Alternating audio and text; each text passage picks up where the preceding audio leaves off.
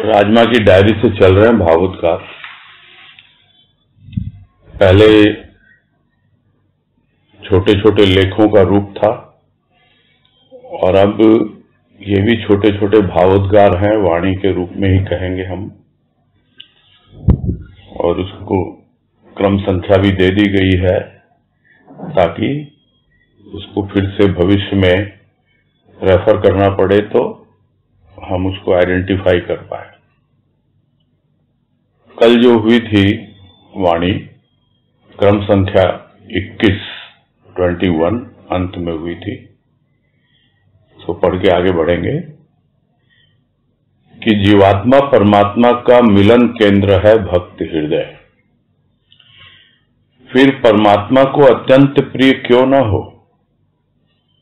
प्रभु भक्त से कहता है, ऐ भक्त, यह तेरा ही हृदय है जो अनेक युगों से बिछुड़ी मेरी आत्मा से योग करा रहा है। और यही भाव लिया गया था कि भक्त को अपना अनुभव मिल जाता है अपने हृदय में, अपने प्रभु का, उसकी आवाज उसको सुनाई पड़ जाती है कि यह जो तुम्हारा हृदय है वो मुझे किस लिए प्रिय है। इसलिए प्रिय है कि ये तेरा हृदय ही है। जो आत्मा मुझसे अलग हो गई थी न जाने कितने युगों युगों पहले, उस आत्मा से योग करा रहा है मेरा। यानी परमात्मा और आत्मा का मिलन स्थल बन जाता है यह हृदय। तो फिर परमात्मा को प्रिय क्यों नहीं होगा। और जो जीवात्मा के भाव में जीता भी है, जीव के भाव में, और जब अपने हृदय में प्रभु के प्रेम को धारण करता है और उसी की कृपा से जब आत्मा परमात्मा के मिलन की अनुभूति होती है, तब कितना प्रभु को प्रिय लगता है। यही इस वाणी का सार है कि अब भक्त का हृदय वही मेरा जो है वासस्थान है। आत्मा परमात्मा का जब भी मिलन होगा भक्त के हृदय में ही होगा। आज कह रहे हैं क्रमांक 22 में, भक्त का हृदय है परम पावन तीर्थ, अविद्या की कालिमा पूर्ण कालिंदी, उच्च हिमगिरी श्रृंग से प्रवाहित विद्या की भागीरथी, अज्ञात भक्ति रूपी सरस्वती का संगम स्थल भक्त का ही तो हृदय है। अब भक्त के हृदय का एक और रूप समझाया जा रहा है, क्योंकि परमात्मा को बड़ा प्रिय है भक्त का हृदय और वहीं वो वास करता है। और जब भक्त की जीवात्मा का मिलन वहां हो जाता है परमात्मा से, तब अपने आप अनुभव में आता है और वो भक्त को गदगद होकर यही कहता है, अनेक युगों से बिछुड़ी मेरी आत्मा से तुमने मुझे मिला दिया। और अब जो हृदय बन गया वो क्या, पावन तीर्थ बन गया। परम पावन यानी सबसे पवित्र स्थान है भक्त का हृदय, सबसे पवित्र तीर्थ है। तीर्थ किसको कहा जाता है? तीर्थ उसको कहा जाता है जहां पर किसी न किसी रूप में कोई न कोई नदी प्रवाहित होती है और उसके किनारे वो स्थान होता है। ज्यादातर देखा यही गया है कि तीर्थ स्थल जो होते हैं वो नदी के किनारे होते हैं, किंतु भक्त का जो हृदय है उसके भीतर तो गंगा और यमुना दोनों ही बह रही है। एक और यदि देखा जाए तो वो जो कालिंदी है यानी यमुना, यमुना का नाम है कालिंदी, जिस तरह गंगा का नाम है भागीरथी, तो वो कालिंदी अविद्या की है और कालिमा से परिपूर्ण है, लेकिन फिर भी जब वो विद्या की भागीरथी से मिलती है यानी गंगा से मिलती है तो उसका रूप ही बदल जाता है।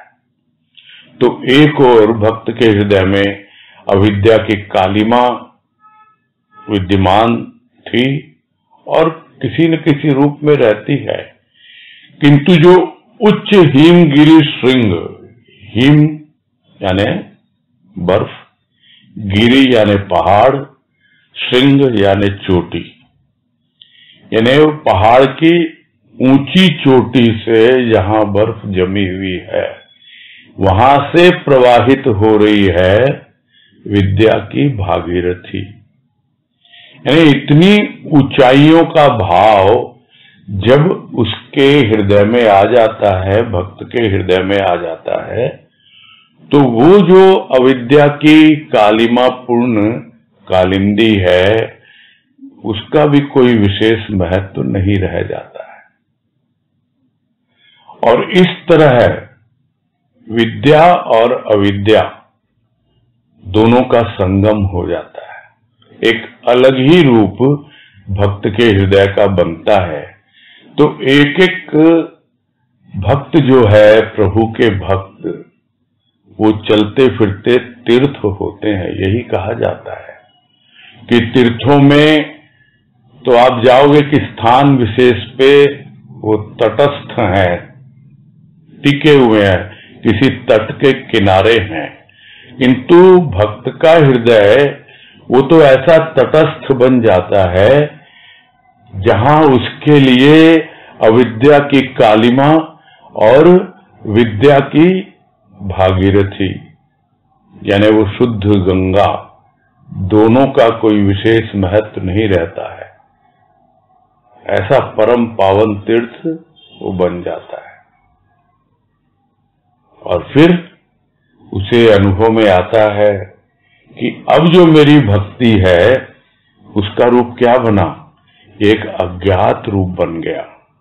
यानी अब उसे ज्ञात से भक्ति की कोई आवश्यकता नहीं, क्योंकि अविद्या, अविद्या यानी अज्ञान, विद्या यानी ज्ञान। यहां जिस विद्या और अविद्या की बात हो रही है वो आध्यात्मिक विद्या की बात हो रही है।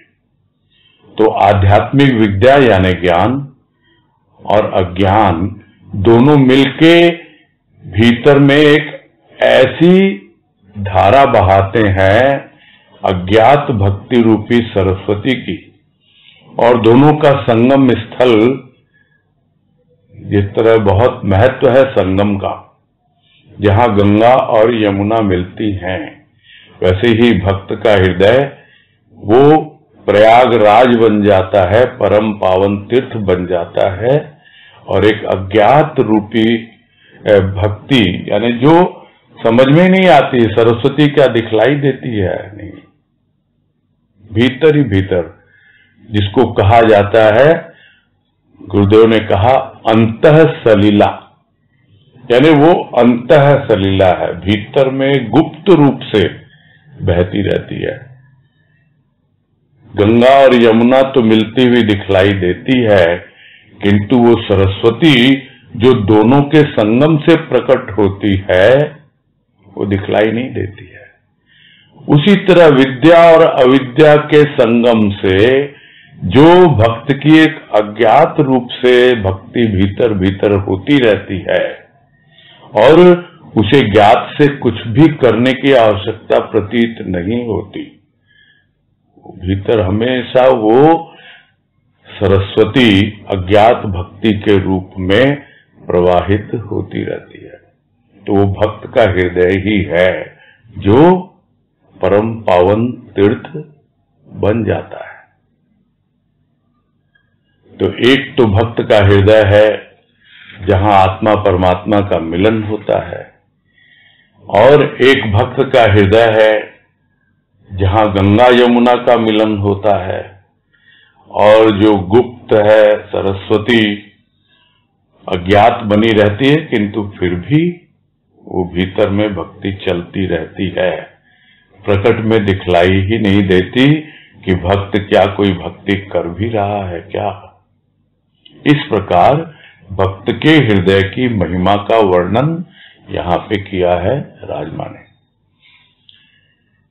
आगे है क्रम संख्या 23 में कह रहे हैं, सागर में छोड़ दी नैया, स्थल से खोल दिया लंगर, अब भय क्यों, अविश्वास क्यों, तरने के लिए ही तो चली है तरणी, तूफानों का लहरों का क्या भय, जब खेवैया स्वयं कन्हैया है। थपेड़े तूफान नाव का विनाश कर सकते हैं, अविनाशी पथिक का पथ है पूर्ण।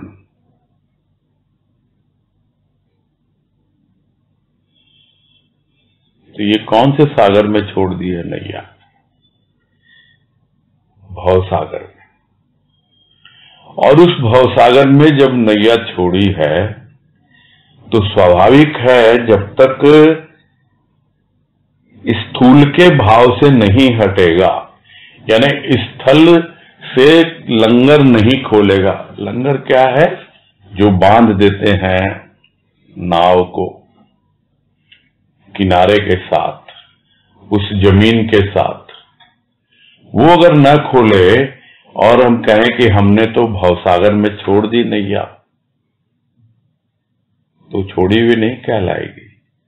आप अभी भी स्थूल से अटके हुए हो, स्थूल से जकड़े हुए हो, तो फिर क्या हुआ? आ तो गया वो खेवैया, नैया में बैठा भी है, किंतु आप अभी भी स्थूल में ही उलझे हुए हो। उस स्थल से खोला नहीं है लंगर अभी आपने, तो खोल दिया। तो क्या कह रहे हैं? हम तो खोल चुके, स्थूल के भाव से हट चुके हम तो, अब तो हमने सागर में छोड़ दी है नैया। तो फिर भय क्यों हो रहा भाई? विचार करो, क्यों भय हो रहा है? अविश्वास क्यों हो रहा है? तो दोनों वाक्यों से यही समझ में आता है कि भय इसलिए हो रहा है क्योंकि विश्वास में कमी हो रही है। नहीं तो भय की कोई जरूरत ही नहीं है, भय के लिए कोई स्थान ही नहीं है।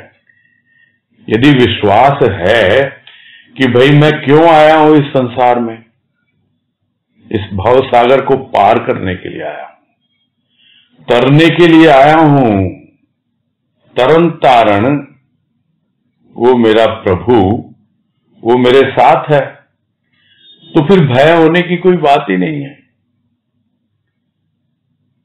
भय इसलिए हो रहा है क्योंकि अभी विश्वास में कमी है।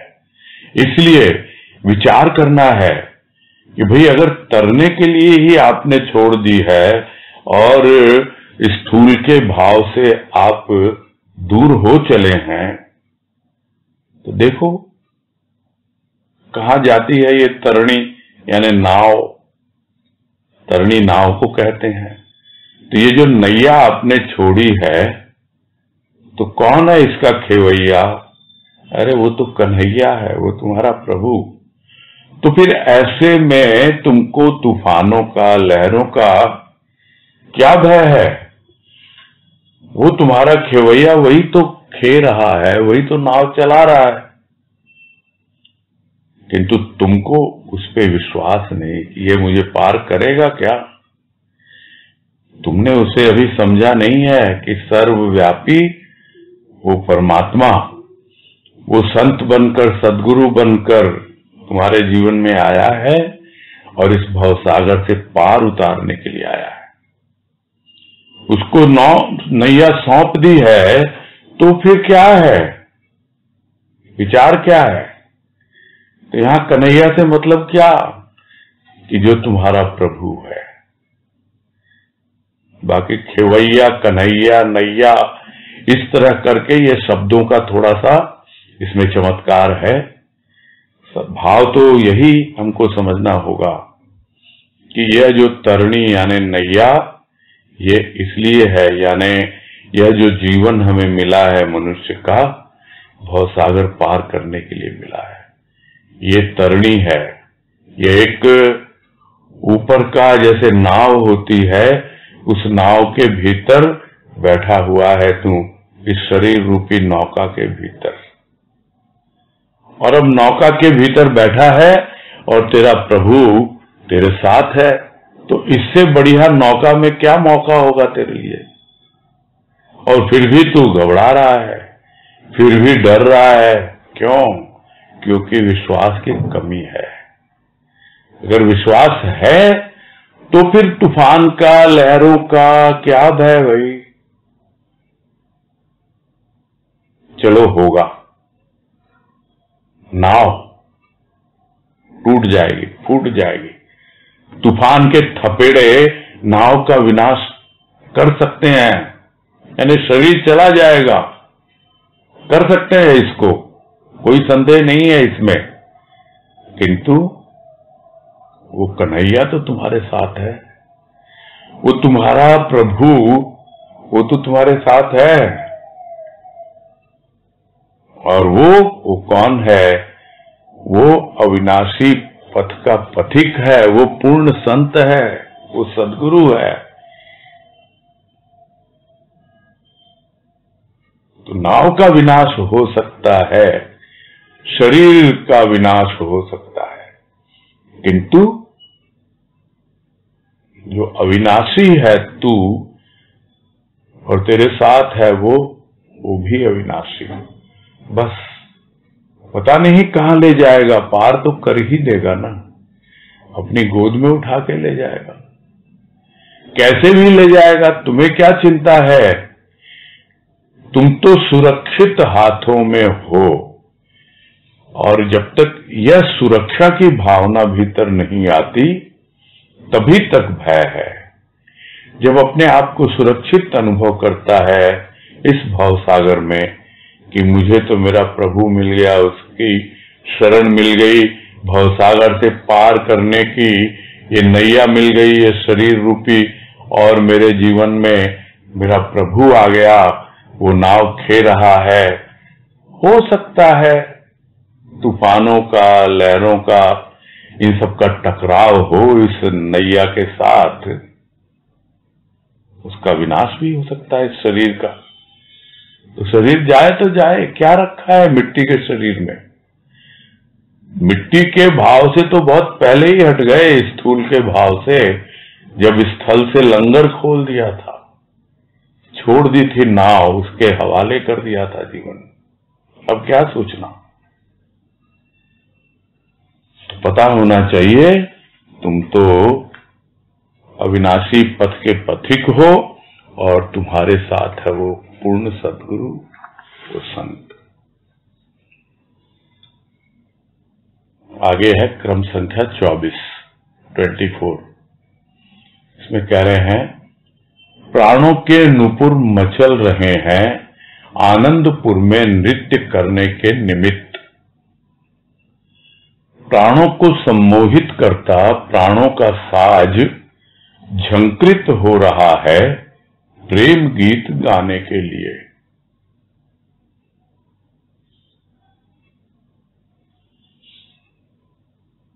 प्राणों के दो रूप बताए हैं।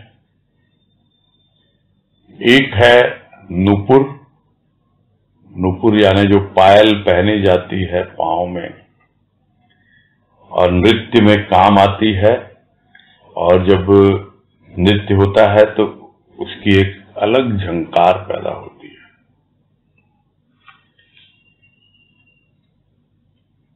तो नृत्य करने को ये प्राण मचल रहे हैं और उस नुपुर की झंकार सुनाई दे अपने आप को। और कहां नृत्य करना है? आनंदपुर में। यानी वो एक ऐसा स्थान है जहां पे बस वो आनंद धाम, आनंदपुर, और वो वहां का जो भी सम्राट है वो आनंद घन, वह है और मैं हूं, और मेरे प्राणों के नुपुर जो हैं वो बिल्कुल मचल रहे हैं। यानी अब धैर्य नहीं, बस अब तो नाचने को मन कर रहा है। क्यों? क्योंकि भीतर में प्राणों को सम्मोहित कर रहा है। कौन? ये प्राणों का साज। यानी प्राणों का साज जो है वो झंकृत हो रहा है। तो कौन उसे झंकृत कर रहा है? वो तो एक ही है ना, झंकार पैदा करने वाला। वो एक ही है इस प्राणों की वीणा को बजाने वाला। हाँ, उसकी ताल में ताल मिलाकर मचल रहे हैं नृत्य करने के लिए। उसके साज के सुरों में सुर मिलाकर प्रेम गीत गाने के लिए मचल रहे हैं ये प्राण। तो बस किसी प्रकार गले से सुर निकले और मैं अपने प्रेम गीत को प्रकट करूं। प्रेम से सराबोर होकर जो प्राण व्याकुल हैं, मचल रहे हैं, ये एक विचित्र अवस्था बनती है भाव में, और उसी का यहाँ पे वर्णन माने किया है। ये आनंदपुर में पहुंच गए, आनंद ही आनंद, किंतु अब उसको एंजॉय करना है, आनंद उठाना है वहां। तो आनंद कैसे उठाया जाता है? नाच कर, गाकर। तो नृत्य करने के लिए मचल रहे हैं वो नुपुर, और साज झंकृत हो रहा है प्रेम गीत गाने के लिए। तो दोनों चीजें साथ साथ एक दूसरे को सम्मोहित किए जा रही हैं। यानी नुपुर जो है वो सम्मोहित हो रहा है साज की झंकार पर, और साज की झंकार सम्मोहित हो रही है नुपुर पर। और जब तक दोनों का सम्मोहन आपस में न हो तब तक, जिसे हम कहते हैं, सिम्फनी नहीं होती, रिदम नहीं होती, सुर और ताल नहीं मिलते। वो अवस्था भीतर में बन रही है प्राणों के धरातल पर और आनंदपुर में। आगे है क्रम संख्या 25। इसमें कह रहे हैं, तुम सर्वज्ञ मैं अल्पज्ञ। सर्वज्ञ को अल्पज्ञ समझे भी किस भांति, जब वह अपनी अज्ञता को ही विज्ञता मान बैठा है।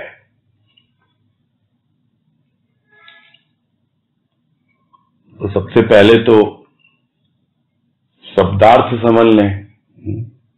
शब्दों का अर्थ, एक है सर्वज्ञ, यानी जो सब कुछ जानता है।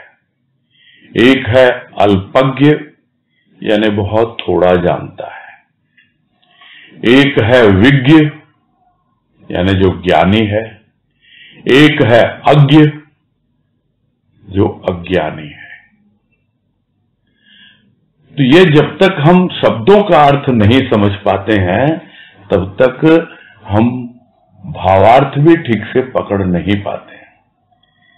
इसलिए जब कभी भी कोई भी वाणी हम लें, चाहे भाव निर्झरणी की, चाहे राजमा की, या कोई और भी कोई लेख लें, कुछ भी लें, तो सबसे पहले तो आवश्यक होता है हमारे लिए कि जो शब्द हैं हम उनका अर्थ समझें।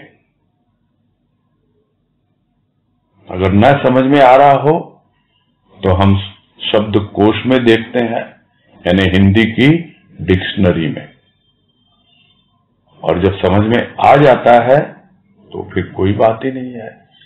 तो यहां जब समझ में आ जाते हैं शब्द, और उन शब्दों का जो एक अलंकार है, साहित्यिक अलंकार, वो जब समझ में आने लगता है कि सर्वज्ञ, अल्पज्ञ, अज्ञ, विज्ञ, तो ये सब एक अलंकार है, वो समझ में आने लगता है।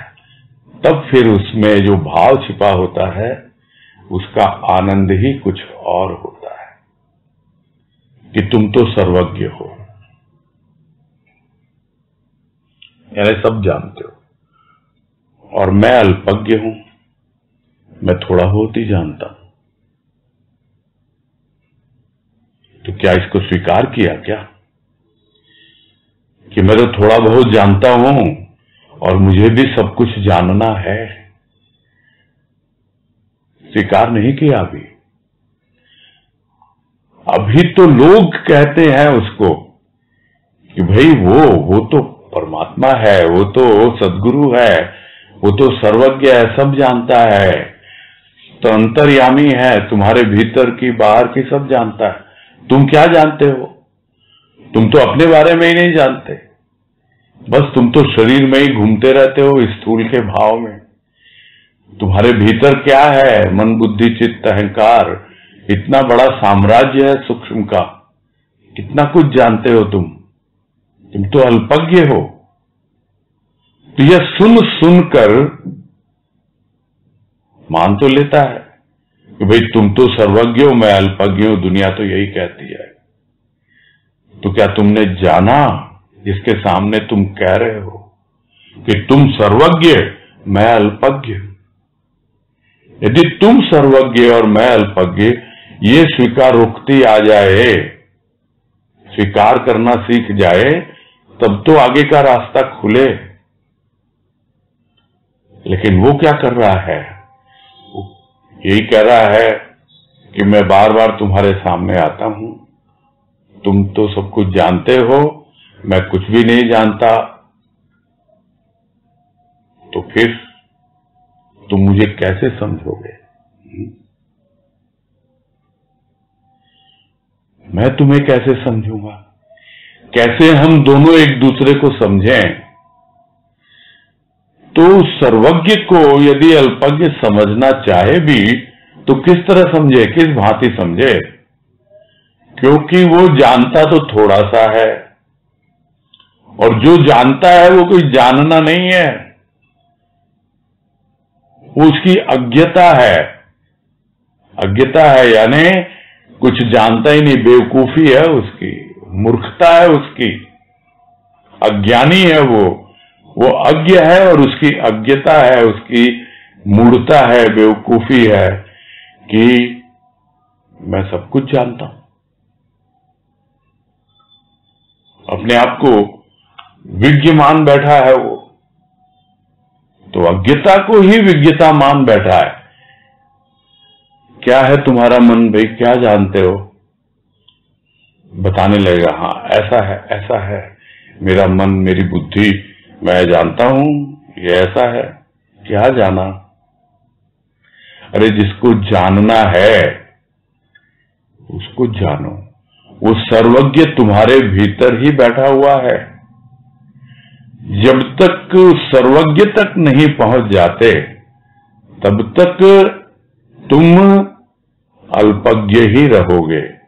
वो अल्प, थोड़ा, ठीक है, और आगे बढ़ो, और आगे बढ़ो, तब न मालूम पड़ेगा कि थोड़ा है, थोड़े की जरूरत है।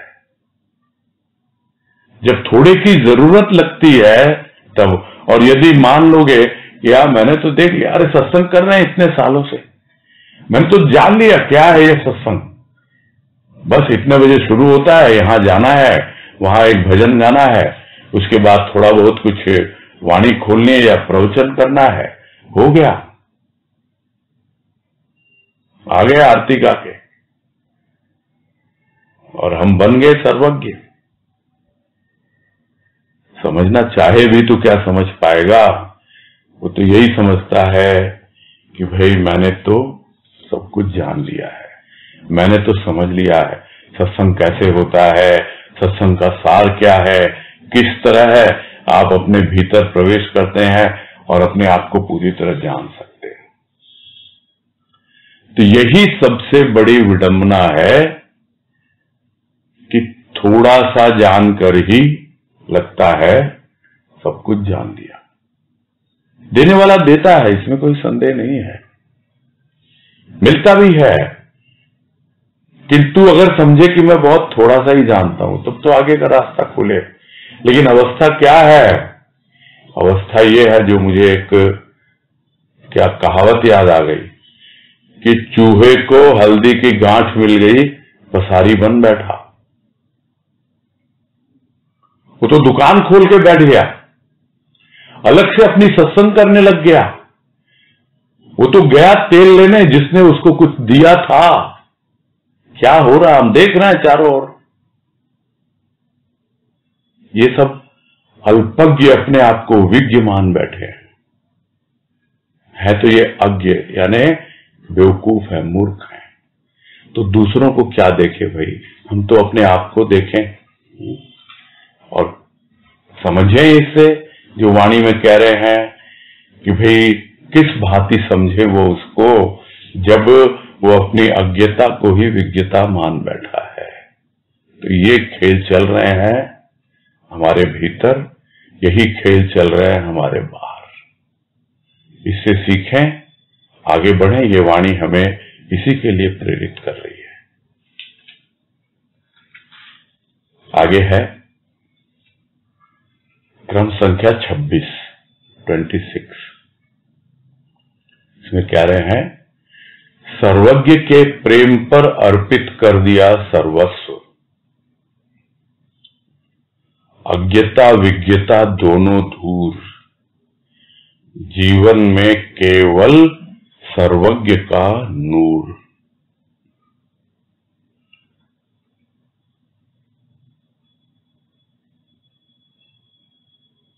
तो कुछ चीज न किसी रूप में तो आया है ना उसका, सर्वज्ञ का प्रेम,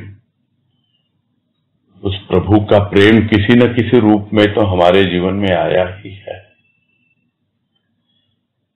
तो जब हमने अपना सर्वस्व यानी सब कुछ उस प्रभु के प्रेम के ऊपर आधारित होकर उसे अर्पित कर दिया, अब कुछ नहीं मालूम मुझे, मैं अज्ञ हूं या विज्ञ हूं, मैं अल्पज्ञ हूं या तुम सर्वज्ञ हो, मुझे तो तुम्हारे प्रेम की अनुभूति पता है। जो प्रेम मुझे मिला है वो अपने आप में पूर्ण है और उस पूर्ण प्रेम के साथ मैं अपने आप को पूर्ण रूप से समर्पित कर पा रहा हूं। और जिस दिन संपूर्ण रूप से अपना सर्वस्व अर्पित कर देता है उस प्रेम के ऊपर, तो अपने आप ही उसकी अज्ञता और विज्ञता यानी जितनी भी उसकी अज्ञानता या बेवकूफियां हैं, मूर्खता है, मूढ़ता है वो, और जो कुछ भी वो अपने आप को बहुत ज्ञानी समझ रहा है, बहुत पढ़ा लिखा कि हाँ भाई मैं इतने वर्षों से सत्संग कर रहा हूं, मैं तो ये हो चुका हूं, मैं तो ये हो चुका हूं, सब कुछ दोनों की दोनों चीजें अपने आप ही दूर हो जाती हैं उसके जीवन से। नहीं तो इसी भ्रम में जीता रहता है, अपनी अज्ञता को ही विज्ञता मान बैठता है। क्यों? क्योंकि उसने सर्वज्ञ के प्रेम पर अर्पित नहीं किया अब तक अपना सर्वस्व, और या तो वो उसको सर्वज्ञ मानता नहीं है, अभी भी उसके भीतर द्वैत है, अभी भी उसके भीतर दुविधा है, अभी भी उसके भीतर अविश्वास है। समझना होगा, और वो समझ के तभी पूर्ण रूप से समर्पण करते हैं जो प्रेम उसका अनुभव में आया है उसको। बस अब तो जीवन में क्या रह गया उसके बाद? उसके बाद जीवन में केवल उस सर्वज्ञ का ही नूर यानी उसी का प्रकाश, उस ज्योति स्वरूप की ज्योति, उस स्वयं का प्रकाश। यही तो गुरुदेव ने समझाया वाणी में कि ज्योति ज्योति स्वरूप की प्रकाश स्वयं का एक वाणी है। तो ज्योति स्वरूप जो है सर्वज्ञ, उसका प्रकाश हमें स्वयं तक पहुंचा देता है। केवल उस सर्वज्ञ का नूर, उसी की ज्योति, उसी का प्रकाश जीवन ज्ञान अज्ञान दोनों से ऊपर उठ जाता है और प्रभु के प्रेम और भाव में पूरी तरह सराबोर होकर जीवन व्यतीत करता है भक्त। आगे है क्रमांक 27। इसमें कह रहे हैं, कर्म मर्म पर आघात धर्म में प्रवृत्त करता, कर्म शुद्ध करता है। धर्म विमुख कर्म शर्म का ही कारण बना।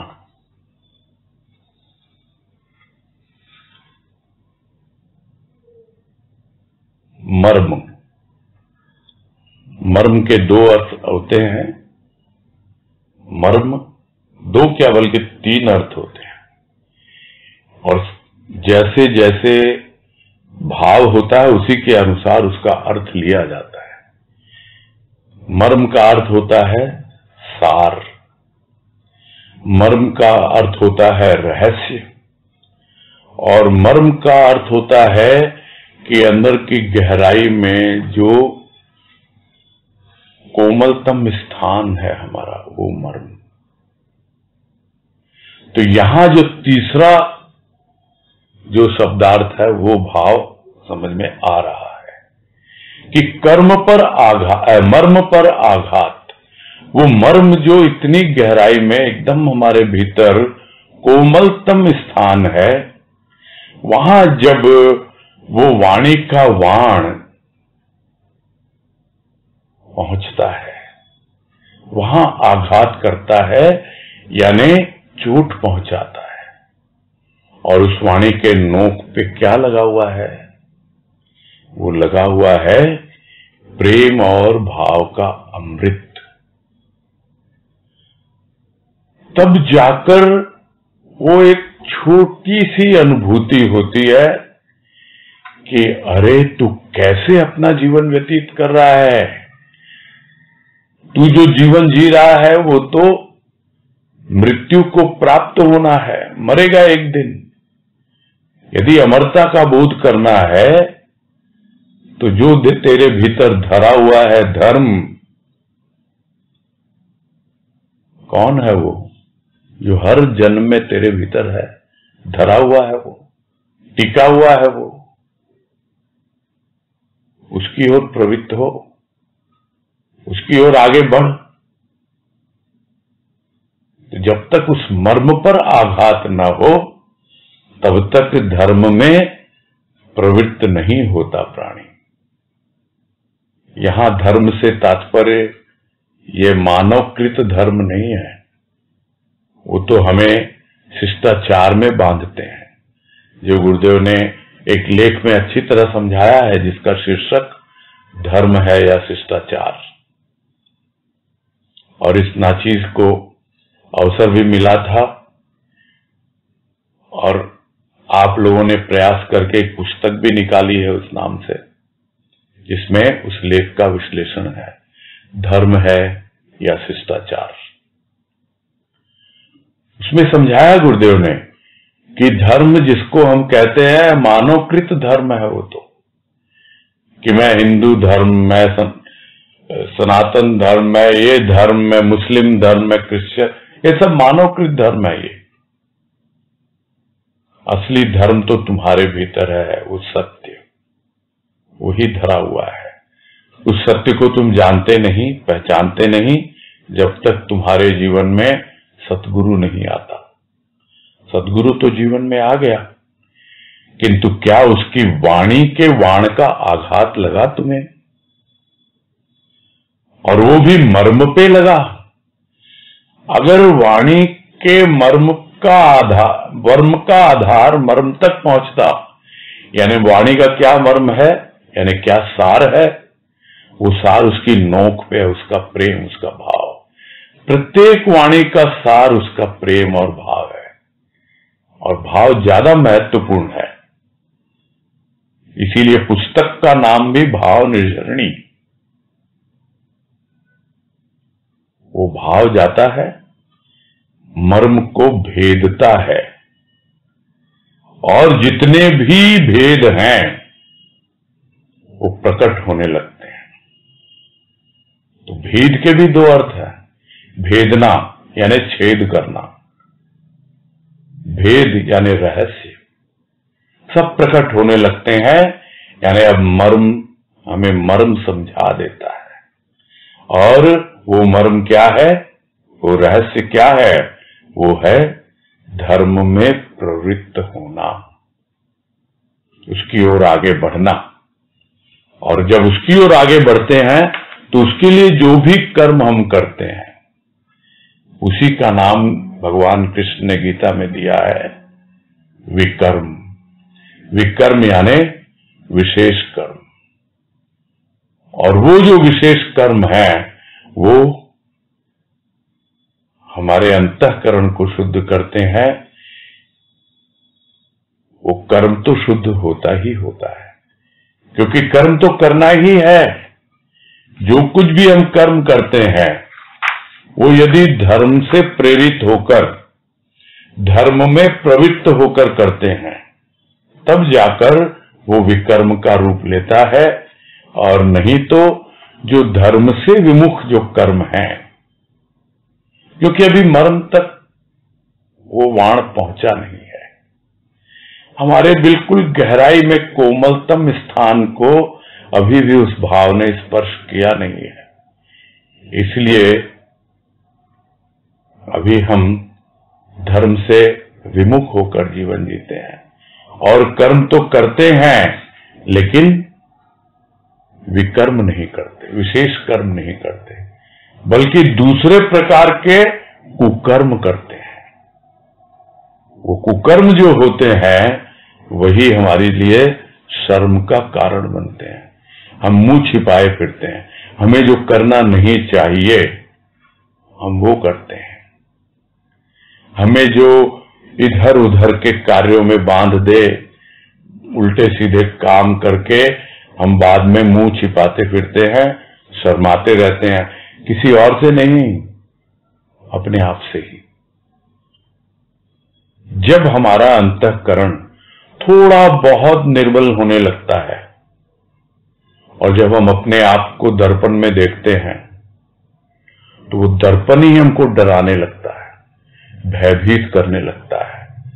वो हमारा चेहरा सीधा हमारे अंतःकरण तक हमको दिखला देता है कि देख तेरे चेहरे पे प्रकट हो रही है सब चीजें।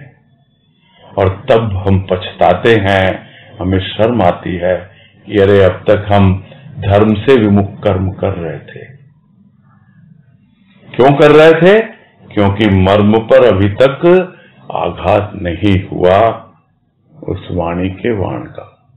जब उसका आघात हो जाए तो अपने आप ही हमारे कर्म शुद्ध हो जाएं और हम धर्मोपरायण हो जाएं। आगे है क्रम संख्या 28। इसमें कह रहे हैं, प्रथम दृष्टि में वृष्टि की अनुकंपा की, सृष्टि परिवर्तित की जीव की।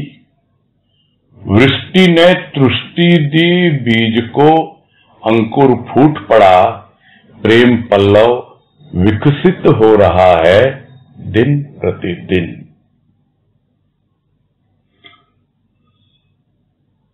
तो प्रारंभ से लेकर दिन प्रतिदिन, डे बाय डे, क्या भक्त की अवस्था बनती जा रही है और किस तरह उसकी लाइफ का डेवलपमेंट हो रहा है, किस तरह वो भीतर की उसकी स्थिति परिस्थिति बदल रही है, कैसे उसका विकास हो रहा है। इस छोटी सी वाणी में सब कुछ राजमा ने लिख दिया है। क्या है? प्रथम दृष्टि में, यानी जब पहली बार सद्गुरु को देखा, उनके दर्शन हुए, तो प्रथम दृष्टि में ही वृष्टि की अनुकंपा की, यानी अपनी अनुकंपा, अपनी कृपा, उसकी वृष्टि कर दी। उसकी आंखों से तो हमेशा कृपा बरसती रहती है, और वो कृपा, उस कृपा ने क्या किया? सृष्टि परिवर्तित कर दी जीव की, यानी अब सृष्टि बदल गई। दृष्टि पड़ते ही, अभी तो उसकी दृष्टि पड़ी है, वो कृपा दृष्टि पड़ी है अभी तो, और वो कृपा दृष्टि क्या लेके आई है अपने साथ? एक ऐसी वृष्टि लाई है, भाव की, प्रेम की कृपा करते हुए अपने भीतर की जो भी सृष्टि है, भीतर की जो भी रचना है, उसमें अब परिवर्तन हो रहा है। दो प्रकार से हो रहा है। उस वृष्टि ने क्या किया? सर्वप्रथम तो तुष्टि दी, यानी जो प्यास लगी हुई थी, भूख लगी हुई थी, बीज था भीतर, बीजारोपण भी हो चुका था, बस दृष्टिपात नहीं हुआ था। और जैसे ही दृष्टिपात हुआ, कृपा हुई, वृष्टि हुई, सृष्टि परिवर्तित हुई, और अब बीज अंकुरित होना प्रारंभ हो चुका है। तो वृष्टि ने एक ओर तो तुष्टि दी, और दूसरी ओर बीज का अंकुर फूट पड़ा, अंकुरित होने लगा अब वो। और अब जमीन के भीतर नहीं है, अब स्थूल के भाव में नहीं है, वो देह में ही था सब कुछ। उस जीव की देह में ही वो जीवात्मा थी, किंतु अब वो प्रकट हो रही है, स्थूल से ऊपर उठ रही है। अब उसका जो प्रेम का बीज भीतर पड़ा, अंकुर फूटा, और अब वो प्रेम पल्लवित और पुष्पित हो रहा है, विकसित हो रहा है, धीरे धीरे विकास को प्राप्त हो रहा है, दिन प्रतिदिन। तो यह है उसकी दृष्टि का कमाल, यह है उसकी कृपा की वृष्टि का कमाल। और यदि हम इस प्रकार अनुभव करते हैं कि कैसे हमारे भीतर में जो प्रेम का बीज था, उसका अंकुर फूटा, और धीरे धीरे अब वो प्रेम पल्लवित हो रहा है, यानी बाहर प्रकट हो गया, छोटे छोटे कोमल कोमल पत्ते उसमें आ रहे हैं, और बढ़ रहा है, विकास को प्राप्त हो रहा है। दिन प्रतिदिन वही सिंचन कर रहा है वृष्टि के द्वारा, और वही उसका ख्याल रख रहा है, वही तो हमारे इस गुलशन का माली है। आगे है क्रम संख्या 29। इसमें कह रहे हैं, पुष्प के सौंदर्य को देखा, सुगंध को सूंघा, बस साधारण मनुष्यों की गति यहीं तक है।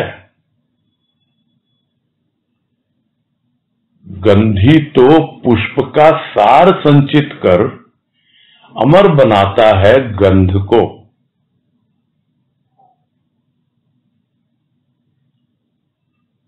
और इस वाणी को पढ़ते ही भीतर पता नहीं, एक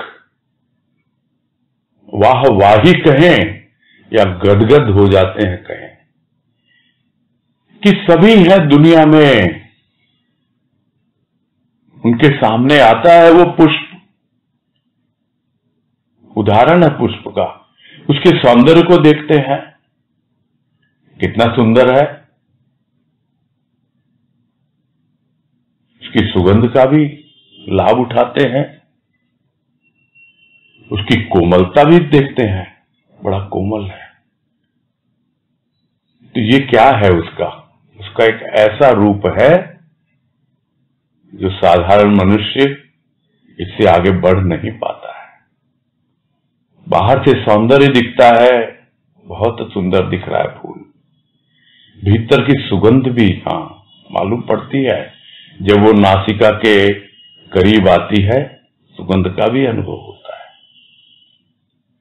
और यदि हाथ से छू के देखे, कोमलता भी स्पर्श में मालूम पड़ती है।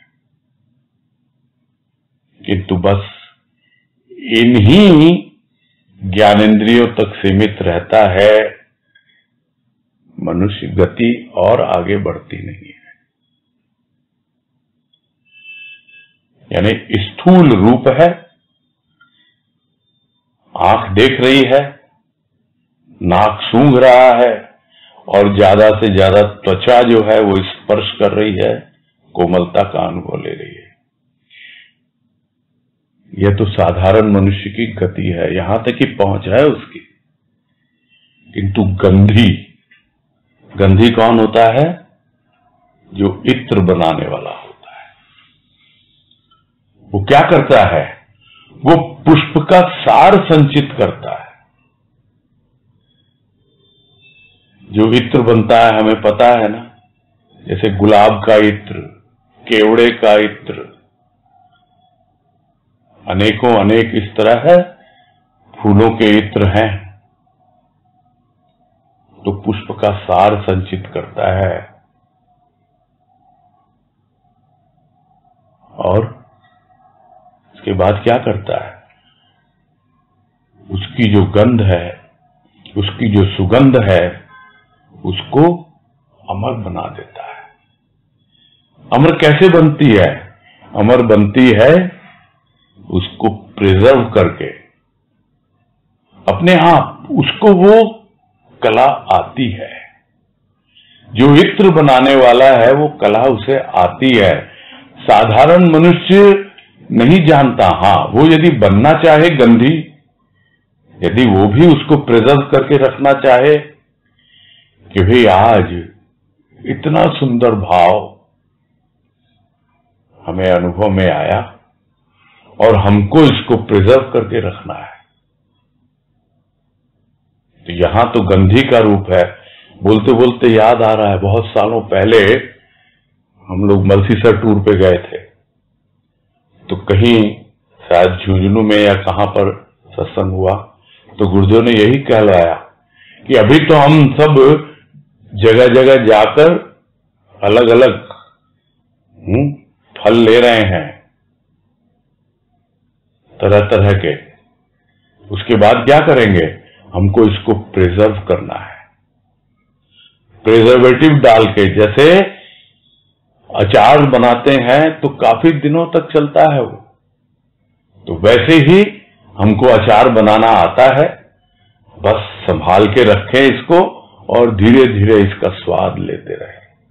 वो जिह्वा से संबंधित था और यहां ये नासिका से संबंधित है कि आपको आना चाहिए बस कि कैसे उस सुगंध को एकत्रित किया जाता है, उसका सार निकाला जाता है और वो सार उसको किस तरह है टिकाया जाता है, प्रिजर्व किया जाता है। तो वो जब टिक जाता है तो वही सुगंध अमर हो जाती है। अमर कैसे होती है? टिकी रहती है। नहीं तो फूल का कितना सा जीवन है, कुछ ही दिनों में मुरझा जाएगा, सुगंध नहीं रहेगी, कोमलता नहीं रहेगी, सौंदर्य भी नहीं रहेगा। वही जीवन है प्राणी का। स्थूल का रूप कुछ नहीं रहेगा, न बाहरी सौंदर्य, न भीतरी सुगंध, और न ही जो कोमलता है जिसके पीछे भागते हैं हम कि बहुत अभी तो युवावस्था है, रहेगी नहीं, मुरझा जाएगा ये फूल इस शरीर का। तो साधारण मनुष्यों की गति तो यही बाहर तक है किंतु जो गंधी है, जो भीतर सार ग्रहण कर लेता है सुगंध का, वो सार को संचित करता है, सीखता है कैसे इत्र बनाया जाता है और उसको बचा के रखता है। और वो जो गंध है, जब उसको मर्जी आती है, बस थोड़ा सा ढक्कन खोला, सुगंध ले ली उस भाव की, कितना आनंद, फिर ढक दिया ढक्कन। अब अपने भीतर वो सार एकत्रित हो गया, वो गंध उसके भीतर एक तरह से अमर हो गई।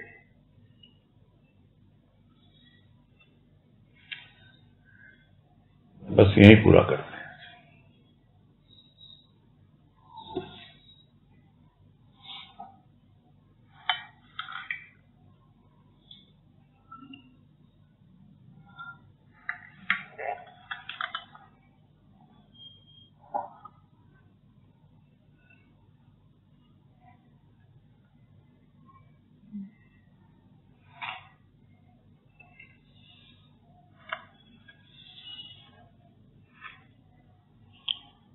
हाँ जी, बेला ड्रोलिया, बोलिए। हरिओम।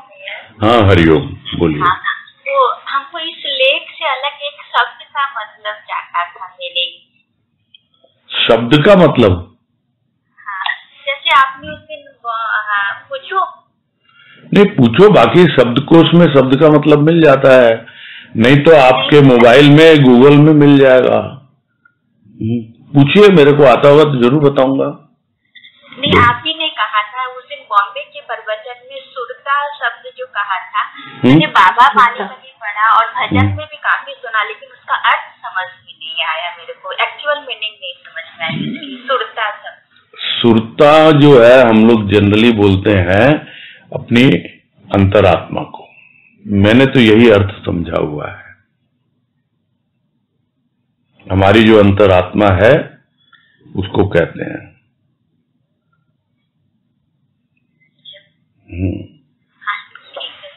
एरी सखीरी मोरी सुरता, तू भी फाड़ दे गुण का कुर्ता। इसी के संबंधित आपने सुना होगा, है ना? हाँ, और आपने भी बॉम्बे प्रवचन में भी कहा था, बाबा वाणी में भी है। मैं बहुत दिन से खोज रही थी, लेकिन सब साथ नहीं हुई। उसमें बाबा ने कहा है कि सुरता और ब्रह्म के मिलन को यह माया सहन नहीं करती है, इसीलिए वो बार बार अपना खेल दिखलाती है। इस तरह की एक वाणी है।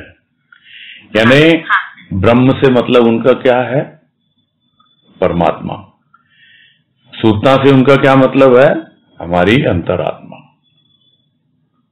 दोनों के मिलन को माया पसंद नहीं करती है, इसलिए वो खेल दिखलाती है और उसमें उलझा देती है। तो मेरे हिसाब से तो यही है इसका तात्पर्य। हाँ, बहुत समझ में आया। थैंक यू की कोई बात नहीं है। ठीक।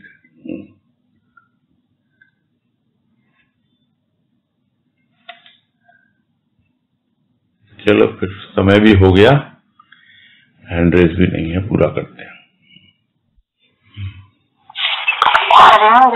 हाँ, हरिओम हरिओम हरिओम, सबको हरिओम, सबको हरिओम, सबको हरिओम, हरिओम हरिओम हरिओम हरिओम, सभी को हरिओम, हरिओम।